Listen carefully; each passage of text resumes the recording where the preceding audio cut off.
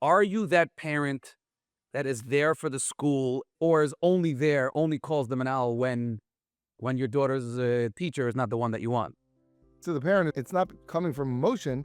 It's coming from it could really change your child's experience. There could be many factors that could really make a difference. Welcome to the Learning Curve podcast, brought to you by Mishpacha magazine. We are raising children in a changing and challenging world.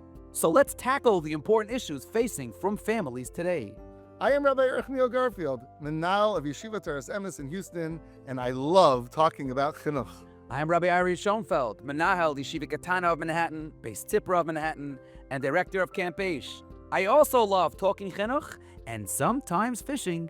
Join us as we answer your questions and discuss the topics that matter to parents the most.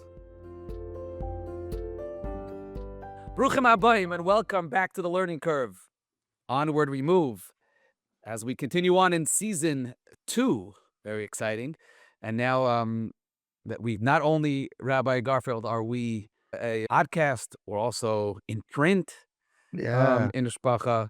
So this is a very exciting, the last couple of weeks of print. So what can you not do, Rabbi Garfield? Yeah. Well, I will say that it's great, the interaction with the people listening, people who send us, their thoughts and ideas is a really nice part of it. And I'm so appreciative that Mishpacha put the written part because it's another way to engage. And these issues are not simple. It's not like we're talking about things that are olive based. They're all nuanced, and they require discussion, reflection. And it's a great platform for us to really explore that and hopefully engage others in the conversation. Rabbi, can I stay over the story? You let me know of what a small world it is. I won't give away too many details. What a small world it is. What the podcast has done. Go for it. I guess it's good for you listening. It could only help, right? So I made a phone call to Eretz Yisrael to speak to someone about something, about to a certain mechanech, and he picked up the phone and I was introducing myself. I said, my name is Ari Schoenfeld. And he said, from the Learning Curve? A person I never spoke to before. So I said, wow, whoa, not bad. And he said, it popped up onto my Open 24/6, I don't know, device recently. So I heard you. And 1 second. So you know Yerachmiel Garfield? I said, yeah. It was a shidduch question about someone in your family. So here I am. He's like, oh my gosh, I need shidduch information. So the Garfields are wonderful people, and Baruch Hashem, people seem to be responding to us. So a way in which we go. 2 short questions and the spotlight topic. You go first. You can ask first. Go. All right, here goes the question. Dear TLC, I appreciate your interview with Yossi Strickman. It was very eye-opening. That was the second episode of season 2. Here's our dilemma. Our son got a handheld gaming device for his bar mitzvah from his aunt and uncle. We were not thrilled at all, but decided to let him keep it on the condition that it is completely filtered. Nothing other than the games we approve of. And it had to be locked by tag. Our son is furious with us. He keeps saying, you don't trust me. You don't believe me that I wouldn't misuse it. Without pulling the we are the adults card, what is the best way to handle this? By the way, I got a Game Boy for my bar mitzvah when I was 13. The first Game Boy that came out. It was the best gift. Hours of fun. I remember the Game Boy. I won a Game Boy in like a talent show. And then remember when you would drop it on the floor, all of a sudden you'd have that line. Right. Okay. I think my cousin, my sister's might correct me. I think my cousin, she's like a big mechanech in Eretz Yisrael today. I don't know, with BJJ or one of the big schools. I don't know which ones. I'm probably saying it wrong. I think she dropped the Game Boy down the steps. Oh, wow. And the line. And then on the Mario, but anyways, the Mario Brothers mushroom, you can't see it. Fine. Anyways, so here's a story that I actually was a part of. And everything is easier said than done, but here's what happened. So I was learning B'chavrusa a bunch of years ago with a 7th grader. And this exactly happened. His mother calls me up. I don't know. He got something for his bar mitzvah, and they demanded that he filter it and lock it, and he went crazy on them. Wasn't talking to his mother. Like, how dare you not trust me? Like he pulled the trust card. So she says to me, Rabbi Shova, what should I do about it? How do I respond? So I said, Mrs. Goldstein, let's call her that. I learned with your son Monday night. I'm going to come Monday night. I'm going to give it a shot. So this boy is 12. I walk into the house Monday night. we learned Masechtas Megillah. He was in my neighborhood. I sat down, I looked at him, and I said, "Oh, Yankee, oh gosh, I forgot my Gemara at home. Forgot my Gemara at home. What should I do?" And I said, I'm so tired. I took out my car keys and I flipped it to him. And I said, I don't feel, can you do me a favor? Could you drive to my house? My door's open, no one's home. It's on they know where I live. It's on the dining room table. The combination is 1 and 2, whatever, right? Can you go get my Gemara for me? I'll wait here for you. And he looks at me and he's like, Rebbe, you serious? So I said, yeah, I trust you. Yeah, sure. It's on my, it's you know where it is, my dining room table. So he says, okay. I'm like, oh my gosh. True story. He gets out of the chair. He leaves his house. And I am schwitzing. If this kid has the chutzpah to drive that car. He gets into my car, and like most 7th and 8th graders, has to move the seat back. Fine. He gets into my car, and he turns on the engine. And I am saying to him, and I am absolutely petrified. And then, Baruch Hashem, he turned off the engine, and he walks back inside the house. And I said, Yankee, where's my Gemara? And he says, Rebbe, what are you talking about? I can't drive. I said, why not? I trust you. He said, Rebbe, I'm 13. I can't drive. So I said, Yankee, do you know what would have happened if you would have driven the car and crashed into a tree? The cops would have come and they would have arrested me, not you. What do you mean? You're 13. Why can't I trust it? Because you're 13. And 13-year-old kids can't drink alcohol. And 13-year-old kids, even though they're wonderful, can't vote. And 13-year-old kids can't drive a car. And 13-year-old kids can't use a computer without a filter. That was the mice. I mean, he got a filter. I can't tell you the end of it, what happened if you, I don't know the end of the story. But I to me, we have to change, like, don't allow the kids to just define the narrative. It's nothing about trust, right? This is the responsible way. I wear a seatbelt when I get in a car. I don't trust that I'm going to drive, right? I think kids want to be treated like adults so fast and so much that any time we try to pull anything back from them, they fight back. The same way you can't drive a car, you cannot use any technology without proper filters. That was my experience with this And type of certainly if the episode. parents do that themselves, it helps the argument. If they know that the parents or the house has a filter, like all parents should have and all houses should have, then it's a much easier argument to say, listen, we have filters, our whole house has filters. Who knows? Right, It's a there basic are levels. What do you mean? But you don't have a phone. Why can I have a phone? You have texting. Why can I have texting? These type of the conversations. idea of a Right, filter necessarily. right, So right. But yes, but hopefully an 8th grader is immature enough not to even understand the taiva or the need for a filter. He's like, what? I'm a good kid. right. Well, why? What are you afraid of? But I think that's how one way to reframe. Yeah, I wonder if we could explain to the child also that people sometimes by accident stuff happens. It's not like we're thinking you're going to go out and look for something inappropriate, but there's the way that advertising works is, they identify the demographic. They know what a 13-year-old boy may or may not click on, and they dafka provide opportunities to exploit that. I mean, it's not like almost an accident. They're trying on purpose to exploit you.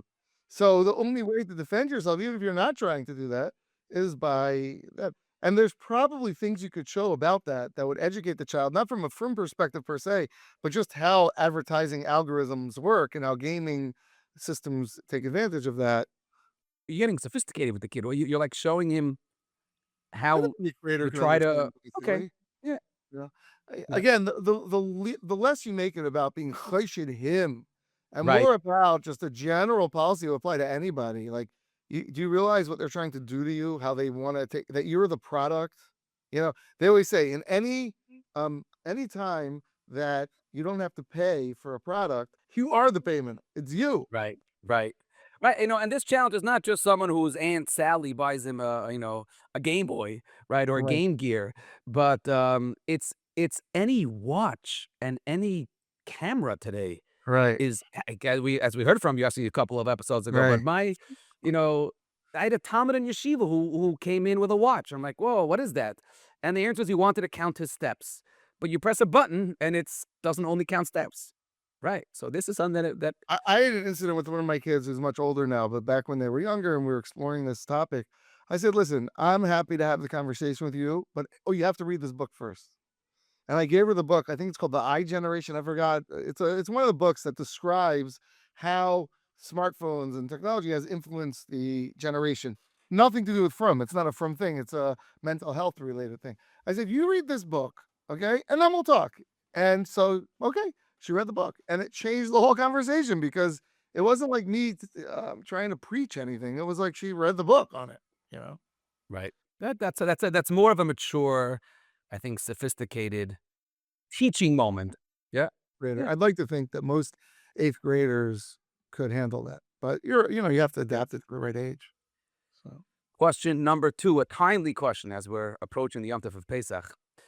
And here it goes. As a mother of Stark, Mesivta, and Beis Medrash age boys, when it comes to Bein Hazmanim and Erev Yom Tov, how much can we fairly demand or even expect our children to help?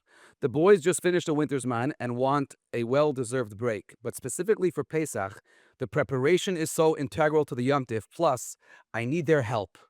So this challenge, which, and again, Baruch Hashem, I have such age boys, so this is a challenge that we all smile at or mothers frown at, of balancing your Bein Hazmanim, yeshiva bacher who wants to chill and then learn for a seder and then play basketball and go on a trip, and you're schwitzing in the kitchen, and you almost find that maybe the mother's complaining that this isn't this a stira to this man, what they learned in this man.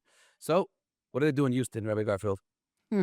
well, I don't want to speak for Houston, but I could speak more generally and say that I think the time when this conversation and this reflection has to take place for a parent is not when the child is 21 and back from yeshiva. This starts when the child is 7 and 4 and 9 and 11 and 14, because it's about the attitude and relationship between parents and child. If the relationship is one of a transactional power relationship, then your position is going to be limited at that point, because everyone knows as children get older, your power just gets lower and lower and lower. Yep. I think you even referenced this book in the article that you wrote so eloquently about Rabbi Yaakovson's Spare the Child, in which he talks about that, right? The power, control versus influence.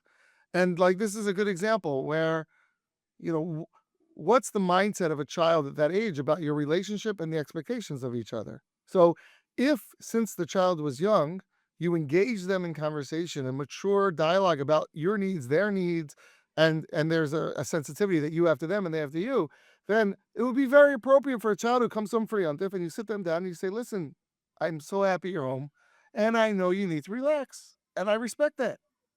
And we have a lot to do. And I'm wondering what role you feel comfortable, or how could we work together so that, you could help the burden. And if it's a child who knows you love them and you've been there for them and you do what you can for them, of course they'll react and say, this is what I could do. And this is what and it's not a fight, it's a collaborative thing.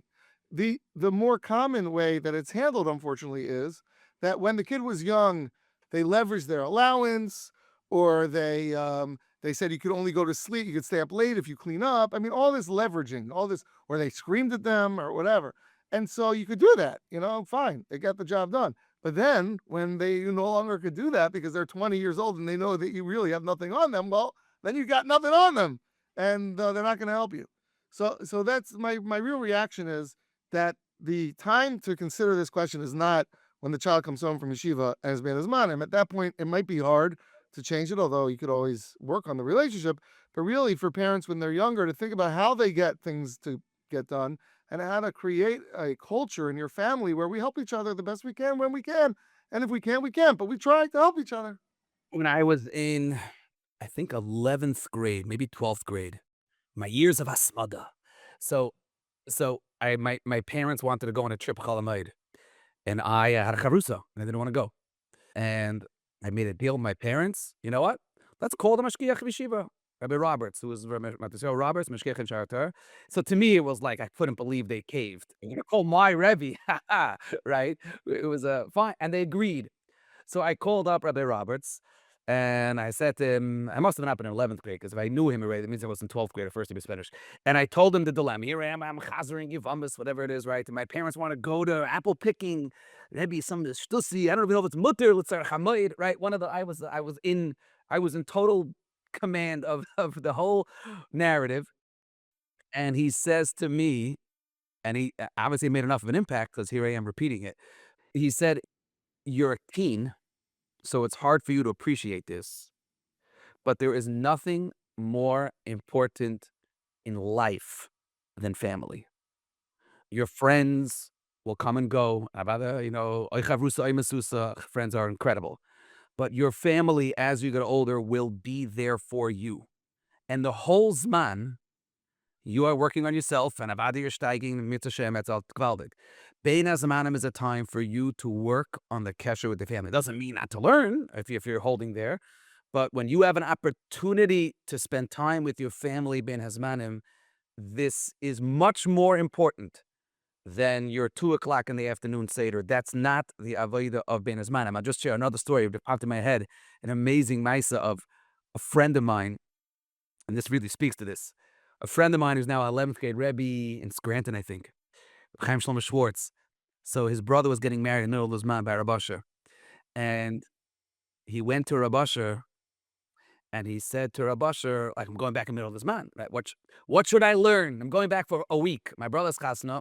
And he was like trying to be like really from and ernst. And he's like, Rebbe, which sugya should I spend time on in America? So Rabbi Eli turned to him and he said to him with a shmeichel, the sugya von kibbut avim. He said, you're going to go home. Your parents don't see you ever.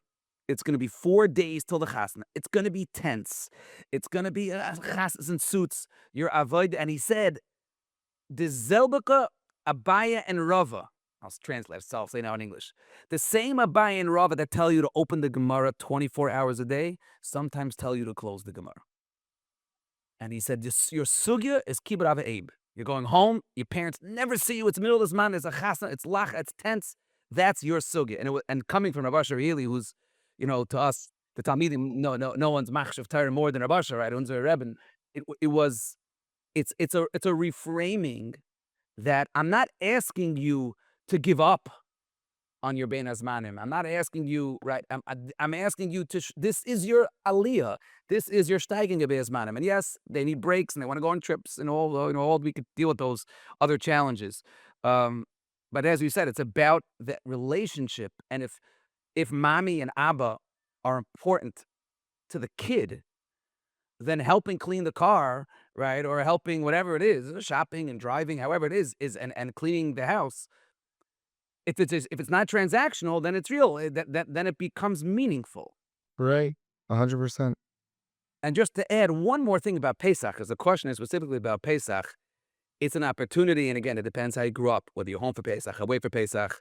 But if you can create that vibe, to use a new word, right, of where there are certain things that are exciting to do for Pesach. It's the grinding of the maror and however it is that your family gets ready for Pesach. If you could make the hachana for Pesach part of the family, lore, Messiah, all those minhagim that we. Does that work on 20-year-olds? No, probably not. I mean, it works on 8-year-olds. Yeah, but we're talking about Bucher back from Yeshiva. Yes, right. Yeah. Okay, so we have to work on 8-year-olds also. No, but you're right. Yeah. The high school girl is a little bit stuck in this conversation because they give off extra for high school girls so that they could help. That's like so they have a harder time getting here out. at school, we go a little longer in Erev Shabbos than they do in the north. We have school over till 2, and a lot of places they're off at 12. So years ago, a girl came to me. She wants to help at home. So I said like this, okay, for the next month, if you help at home for an hour from the time you're off, come back to me and we'll talk, like actually go and help. And then you'll come back and we'll have a conversation, Suffice it to say, she never came back for... I don't want to get him in trouble, but one of my own boys, like, we wanted to clean our car, and he said he couldn't. Why? Because he's cleaning cars today for he's making money. So if we pay him $60, maybe he'll clean our car, But, right. Meanwhile, he's using your materials and you're paying the rent and all the expenses of his business, like, come on, man. Okay, let's move on to the next topic, which is a very sensitive one and causes a lot of emotion for a lot of the people involved. So I think it's something to deal with delicately. I could say, thankfully, that right now there's no specific case in my school that this relates to as of the recording of this episode. So it's not a specific issue, but definitely know that this could bring out a lot of emotion. So I will read the question and we'll take it from there. And then we'll, of course, introduce our esteemed guest. Dear TLC, it's almost that time of year again. I have children of all ages in a large yeshiva with parallel classes, and every year it's the same battle. The school administrations thinks they know better than we, the parents, about where to place my kids. It's almost as if our opinion about teachers, groups, and friends, and other factors just fall on deaf ears. So I'm asking if maybe you, from the inside, can give me advice on how to better partner with my school so that my opinion and thoughts about what's best for my child will actually be taken seriously. Are we allowed to give away state secrets? I don't know if we're allowed to do that. She's asking from the inside. Whoa. Do you have parallels yet? You don't have parallels yet, do you? So this actual question, I don't think yet, as of this recording, me and you have, it came year, but we don't have parallel classes by us, Okay. and you don't have parallel classes, I don't think, right? We actually do. First through fourth, we have two boys classes. Beautiful. So the guest that we bring, on, probably is 7 or 8 or something like yeah, that. and is the Rosh is like the Nasi of dealing with parallel classes, or Moshe Bender, but, so I can't speak to the actual parallel class scenario because I don't have parallel classes in our yeshiva, but big picture, I think, right, it takes two to tango. The word is partner. The word is, as you said, it doesn't start when your son's 20, right? It also doesn't start when you wanna switch your daughter's class into the mower that you don't like or whatever it is. Right. That partnership goes both ways, and, I wanna hear more from Rabbi Bender about all the different layers that go into these decisions. Um, but it's a challenge that we have, but it's really about, are you that parent that is there for the school or is only there, only calls the manal when your daughter's teacher is not the one that you want? Yeah. I mean, I think also understandably, this is a very emotionally driven. It's not emotional is the wrong word because to the parent it's not coming from emotion. It's coming from like it could really change your child's experience. There could be factors that could really make a difference. And Yep. so I understand why parents, have such strong feelings. So it's now our pleasure to welcome to the program to discuss this further, Rabbi Moshe Bender. Rabbi Bender is the Sgan Rosh Hashiva in Darchei Torah, a man that to most people needs no introduction, but we'll introduce him anyways. For the last 20 years has been really together with his father, Yaakov Mender Shlita, running one of the most illustrious yeshivas from preschool all the way through Koil. Really a standard in the yeshiva world. And I can attest to this because I do spend the summers together with Rabbi Moshe Bender in camp. And this sugya of parallel classes and dealing with parents' challenges, this is like, Bender goes into hiding and, like a bear hibernates and tries to come out 3 weeks later with some sort of, I don't know, magical potion or this, I don't know. Welcome, welcome. This question is about placement of class, but it really speaks to the greater relationship, which is really what we're getting at. Not only about this issue per se, but the broader relationship between Anhola and parents and a sense of collaboration, which this is like the ultimate test of, you know? The mother who's writing this email basically says that every year, whenever I want to go to the school and I have opinions about where my daughter should be or my son should be, I get ignored. So she said, from the inside, give me the inside scoop. What can I do to be a better, I don't know, advocate to get the yeshivas, you know, listening to me more? So before you discuss it, could you give us a little bit of the Coca-Cola secret ingredient of how, the size of your yeshiva, of the parallel classes, and how you manage to pull off what you do? Okay. Um, so first of all, we try very hard. Well, you need a lot of Siyat Israel to run a yeshiva, whether it's in Houston or Manhattan. It doesn't really make a difference where you are located. And you daven in the morning that you should say the right things and don't say anything insensitive to a rebbe, a teacher, or a parent for that matter. Like I davened in the shul this morning, and I met a guy I didn't want to meet, oh, I'm not having my dorm room. Like, it happens. So that started my day off. But most people, I don't have a problem meeting in shul. If you have someone which you have a problem with, you should just leave by Elena. Leave by before Elena's over. You head to the exits, and then you'll jump into your car. But no, Baruch Hashem. On a serious note, most of the parents like this mean well, and I think the side of all this is really getting to know the parents well. Like Rabbi Garfield mentioned a little bit. If you understand the parents from the day they walk into yeshiva, the first time they come for an interview, and you get to understand them, a lot of the disconnect will go away. Now, I don't know where this lady's writing from, which schools. Unfortunately, some schools don't like to have, they keep a distance with the parents. I try, not everybody does this in yeshiva, to have an open relationship with the parents, and I try to put myself in the shoe of a parent. When a parent calls for a change, How many families do you have? How many families there's are in about Berkeley? 1,400 families. 1,400 families. Yeah. That's a lot of families to have relationships with. Yes, To have to be- I have a lot of them. I definitely have probably a good chunk of the yeshiva I have a relationship with. And even on one that's could be a heavy duty one, like a disgruntled sometimes. But if you work with them and you try to show them that you're on the same team, eventually you could win. You can win over almost everybody. And that's where I find it. And you do as much as you could before the year starts. I would get you spend your August, tell your wife Yep. to go on vacation, but spend your August setting it up, do it right. You'll have a much more calmer year. Have you evolved over the years? You've been in Darche for 20 years. Is it the same thing? I mean, basically, just how do you do the same thing as it gets so much bigger? Like, how do you keep track of everything? Yeah, and- so we had principles, different levels, but you really have to have a balance. You have to have a very important what's priority, top, but second. I try to, for example, one of the things I do in Dacha is I prepare every single class from second grade through eighth grade. It takes a while. It takes about 45. How many parallels are in Darchi now? There are 8 parallels classes. Ooh. So So that's like, for example, 65 for her. right today example, today I prepared a class in 6th grade, Parakal Mafkid, 6th grade class. I spent 45 minutes in the class, a real thorough affair. I'm going to call now the top 20 boys' parents in the class, to tell them how they did. That's going to make Uh-oh. So if you don't get a call from a bebender, that Yeah. means that you know that your son. So now those phone calls are gold. Those phone calls, you get a phone, you call a parent during the day, they will drop everything Yep. they're doing. The first thing they Yep. say is everything all right? I say, That's right. everything fine. We're fine. My father taught us that because people pass out when they get a call from Yes. during the day.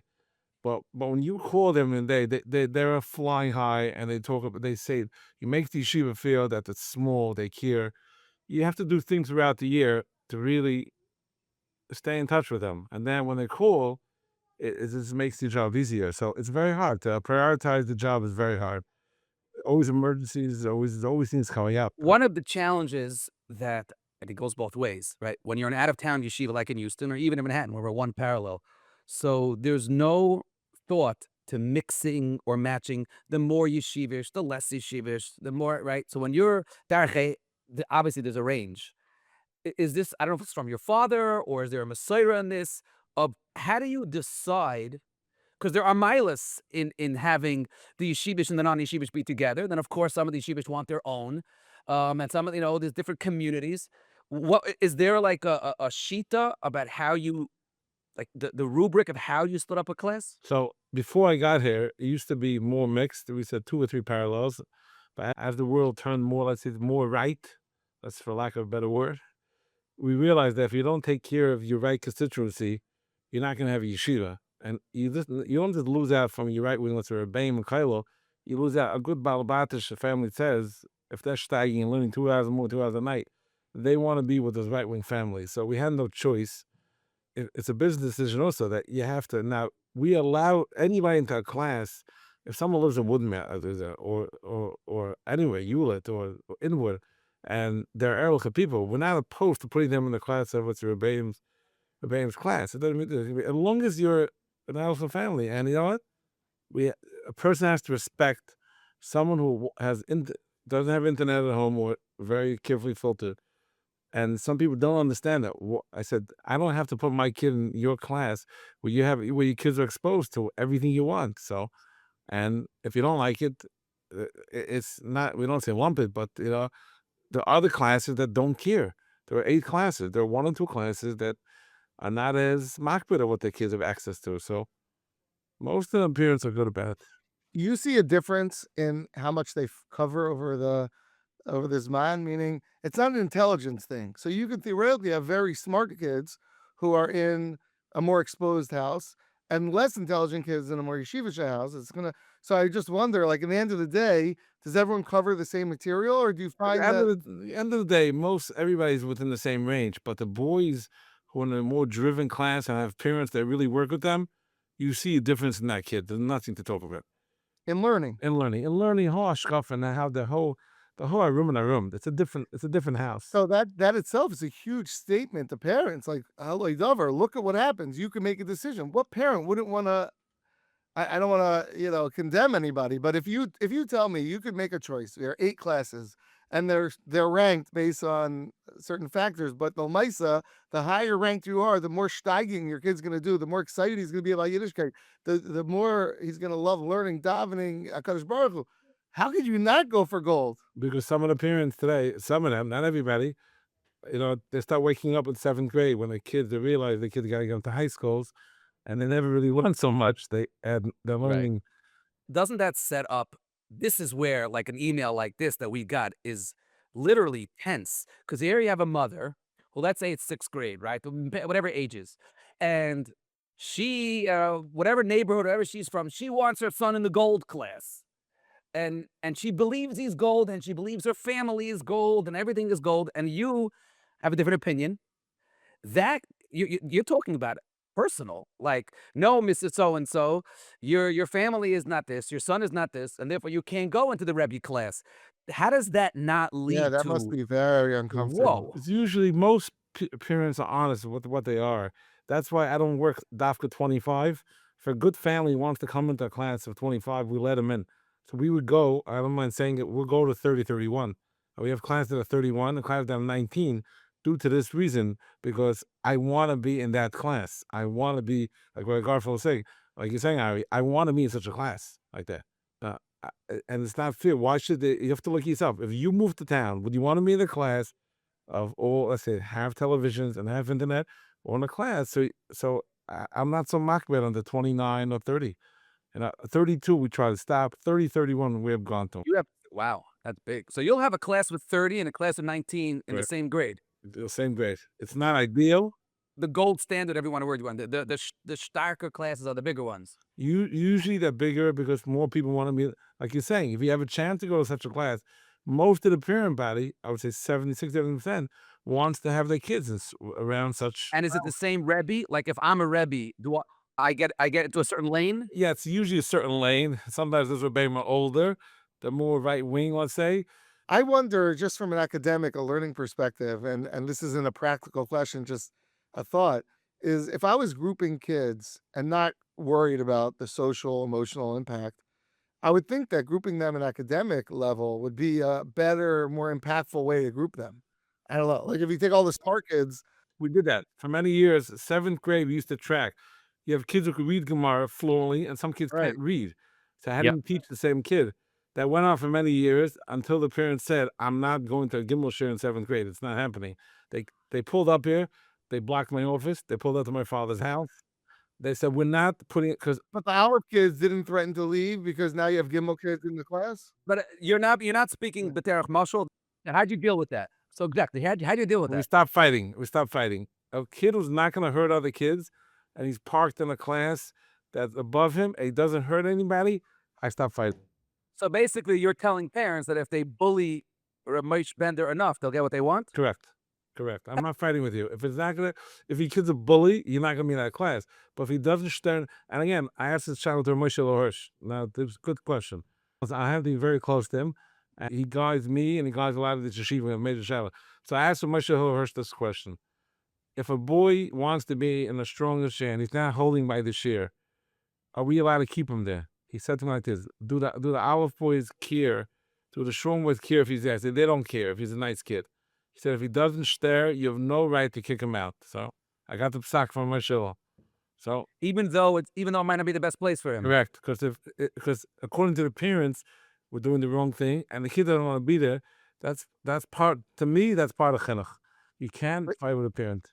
So this is interesting because you're not really doing an olive shear in academics. It's an olive shear in hashkafa.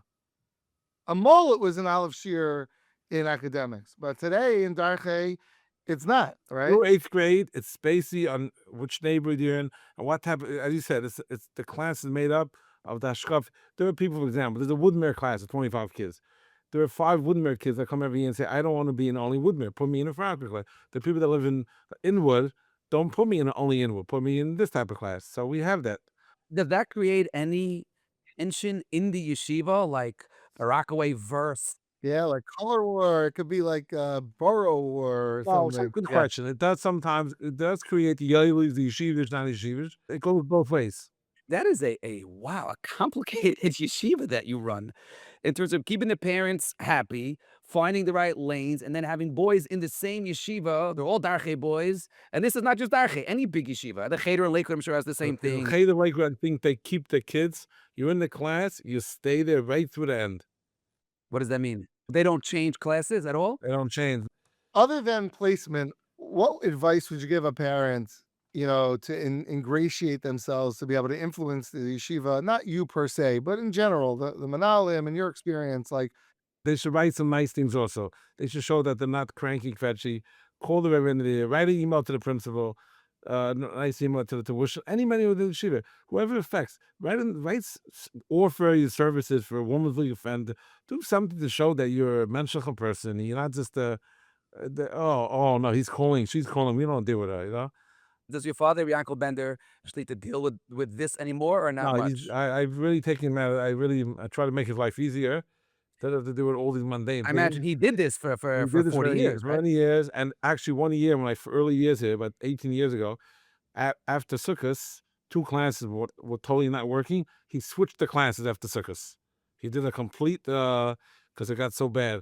But he dealt with this, and in a way, it was harder for him, I would say, because they only had 2 or 3 options, like you were saying. When you're a small yeshiva, you don't have many options. Now I try to put. I'm a big fan. Like you have 8 classes. It's like move here, move here, move here. It just makes it. do you ever happen? I don't want to get too personal, but that there would be a Rebbe that just people for whatever reason don't want, and you're doing a lot of damage control and trying to Yes. protect his image. Yes. But Lamaisa, no one wants to go to that. So what you do is you take a very strong parent body, and you give them a very good chevra, like such a rebbe. So then the parent body will look away from having such a rebbe because they have such a good clientele next to them. How do you deal with skipping? Whose decision is that when it comes to skipping? If a parent wants to skip a child, is that their choice? It's their choice, but the principle, we don't skip too much. It's not common. I find, again, I'm not around that long, but I'm not as old as some now in the country, but I find of the 10 kids I know skipped in Darche, I would say 5 out of 10 didn't work out. It doesn't work. Socially, it ends up catching up with them. They're not taken in with they looked upon it, and sometimes it catches up much later in life. So it's not. I've had the same experience here. Most of the time, I would say 7 out of 10, almost, or 8 even. It just long term. You have to take 20 years, 10 years. They go off to seminary. They go off to The only thing is when you're a small, right? Like by us, when you're such a small yeshiva, so then sometimes if all his friends in his apartment building are in a grade older than him, so then that's where the social reason may be. Yeah, that's in a small yeshiva. If you have 9 kids in the class, and one has, let's say, 12, so you might have to create something from it. Yeah, I hear you, but we try to discourage it. Is there a situation where you would say to a parent, we can't really service you here, not because of special needs, just because of like an expectation that you do something for them, or like you get like red flags, and you say like, why don't you go over to Yeshiva Katan in Manhattan? I think that would be a better fit for your So family. my father has told us that as much as you get it from him, never say like basically if you don't like it, go find another yeshiva. He tries to avoid us talking that way, and we do. For most cases, we don't say that. But Baruch Hashem, I could say we're very proud that nobody leaves the yeshiva. So it's a good sign of the yeshiva. With 200 kids a level, or 180, or 210 a level, or 190, it's last year no one. I have a lot of friends who are Obeyim Adarche, and I speak to them often, and I hope one day, I'm on the Manal here 4 years in Yeshiva Manhattan, that I can have Rebbeim that love our yeshiva as much as the Rebbeim in Darche. They love the place. Yeah. It's like they love the place. You know my friends, right? They're all they're What all do you attribute that to, Rabbi Ben? I think it comes from my father. He made the yeshiva a way that it's a very happy yeshiva. It's not it doesn't micromanage the Rebbeim, which it could be sometimes, the Rebbeim have a lot of space. A lot of space. I mean, whatever. Sometimes, I don't mind saying it, some yeshivas, they're very scared to walk in the late 5 minutes. They were scared to have an extra off day. We like to accommodate the people. That's the state of the yeshiva, accommodate the Really, Rebbeim. the same parents, and it's a pervasive attitude, Exactly. right? All You around. have that in the walls, and and that really filtered down to every part of the yeshiva. you're not afraid of getting, like, if a parent pushes his way enough, so he'll get the class he wants and the Rebbe he wants. How do you maintain that authority? It's doch unsere Yemeisid. Yeah, but it usually stops right there. Some of them disappear for a year. Some parents, they're like out to lunch. They just want that social factor to be there or to be there, and they don't get anything else. They just want to be in certain classes, certain rebbeim, and that doesn't. And I mean, we've had some tough. I've told some parents with a lot of money you come and they demand certain things, and sometimes we don't back down. We don't always give in, pal. If a parent wants to be, sometimes my father this he put his foot down. We don't like the English teacher. Could we be here in the morning and be there in the afternoon? My father said no more. He put his foot down this year. But they said the teacher's not good. The Rebbeim is much better than teachers. Teacher supply is impossible. I'm a little soft on it. My father helped not so. Of course, I'm butler asked him. And he said, When people passing you by and saying, if you say no, I'm just going to go to your father. there's no question that it happens in yeshiva that, I always say it's the mile of a big yeshiva. Like in case you don't like me or somebody else, like this principle, you're not stuck with them for 10 years. It's a big yeshiva. So you have that sometimes, but that comes with the price of a big yeshiva. So. I know you guys are doing a lot of construction. Very exciting, right? What are you building now? Yeah, we want to take in all the Houston boys. That'll probably. We're building a new dormitory. We have 6 houses that are not really adequate anymore, crowded, and we're building a state-of-the-art dormitory. Does it include 9th grade? Because I know in the Yes. past. If we have a new dormitory, we're definitely able to take some boys from. We have a boy this year from Shivitan Lahan. His name is Gold, Freddie Gold, a great boy. We're not compared to Shuna. He's doing amazing.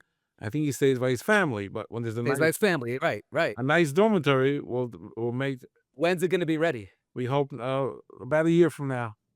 That'd be amazing. Amazing. Yeah, we're building. Okay, wonderful. Yeah. Well, thank you so much. This is great to hear an insight into you and to know that I'll tell you, I think many of school leaders are scared to be so accommodating because of the potential challenges. But to know that a school of your size and your history is able to have that attitude and don't regret it, you're proud of it and you're willing to share it with us. That's very empowering to us that we don't have to be as scared because, we also could pull it off. Yeah, but sometimes I have charata because the classes, it's all night. It's 2, 3, 4 a.m. because they don't call you that time. I text people then. But and at the end of the day, it's just nice that they feel like they were heard. They had a chance to be heard. And don't be scared. Jump in and have a good wife to let you give up these crazy hours for yeshiva. Right. I did hear that you have an exceptional intellectual memory and ability to manage 1,000 kids and know what's what. It's not. I don't know if everyone could do that, but Hashem should give you the bracha to have the koyches you need for your job. But even thank you. But I want to say, even though I do happen to have a stick of memory, but I do write everything down. Anybody knows the yeshiva. I live with my index cards. You have to write things down. You have to. You sit by a meeting. You have to take notes by a meeting. Every principal thing I sit at, I take notes and I write everything up afterwards. I don't take anything for granted because you need a paper trail, and it'll help you very much for the long run. Okay, wonderful. All right, thank you so much. All right, that was really wonderful, and it really speaks to a whole culture that Darche is known for of trying to work with people. I know they have that attitude about finances. They have that attitude about placement. They have that attitude about the way they treat the Rebbeim.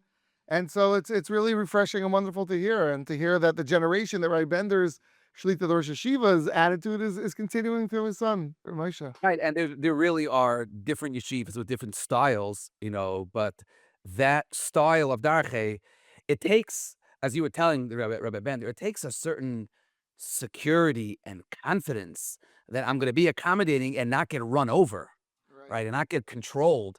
But so it takes big people. Listen, Yaakov Bender and Ramesh Bender are impressive people in their acumen, in their ability to multitask, in the operation that they run. So you set up for success. And there's other very large yeshivas that are very successful. And every yeshiva has their own flavor. But the takeaway is, if you're a Dache parent, yes, you can get your kid into the class that you want. That's I don't know how that's going to help for the YSV or the Cheder or any other the larger yeshivas that have parallels. I'd like to say something like, and being fully honest, I've had situations where parents will want something that I just know is wrong for them. And it puts you as a manal in such a difficult position where, let's say a child wants to skip, let's say as an example, I was just making it up. And because you've been doing this for a long time and you know that it's bad for them. And it sounds to me like Darche would just say, okay. And, I'm not sure that sits so well with me. I don't know. The one thing that I like to do to parents when I talk to them about these type of sensitive topics is, it's not me versus you, it's us. It's never, I think that our yeshiva, ich tut es fadir. I'm doing this because I think your son will, blah, blah, and I've been in chinuch for a long time. Yeah, but what in And the end they disagree? In the end of the day, they say, I hear you.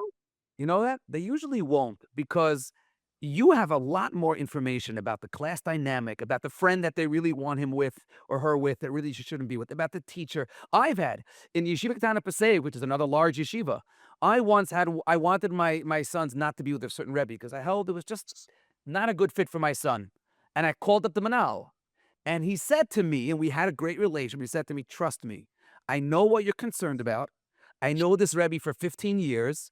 He's a good shidduch for your son. Now, I said, okay, and he was spot on.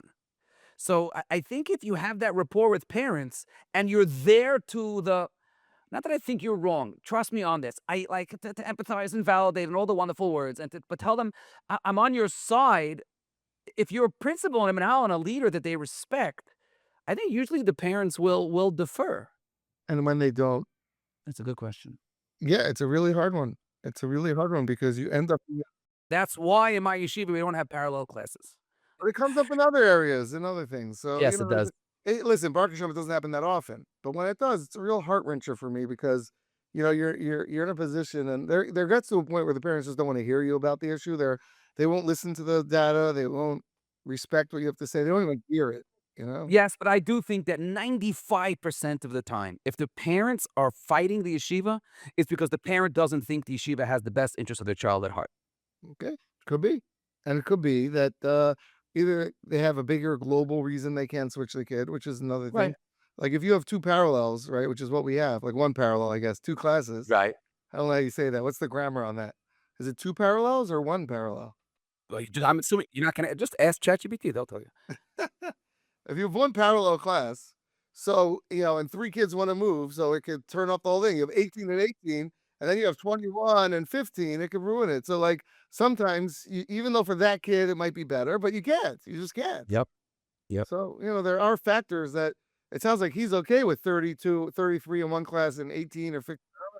But, I don't know. In a situation like ours, it's a little harder. But the truth is, until now, all of our parallels were the same Rebbe.